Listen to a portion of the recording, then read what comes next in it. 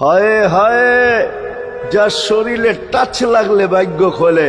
আল্লাহ রসুল জুমার নামাজ পড়াইতেন খেজুর গাছের উপরে পিঠ লাগায়া।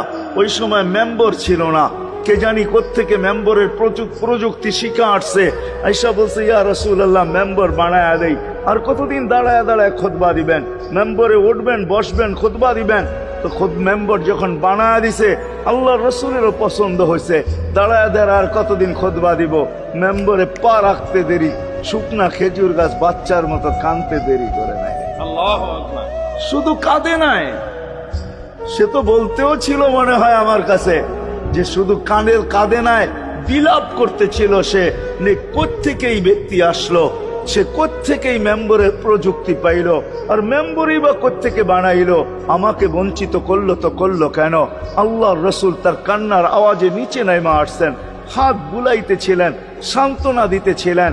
তোকে ছোঁয়া দিতে থাকবো, পায়ের নিচে রেখা দিব, তোর গায়ে ছোঁয়া দিয়া মেম্বরে উঠবো।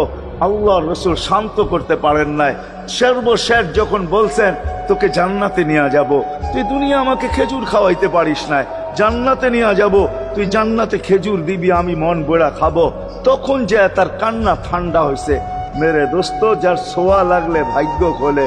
আবু তালেব তো বুকে ঘুমাই, মুহাম্মদুর রাসূলুল্লাহ তো আবু তালেব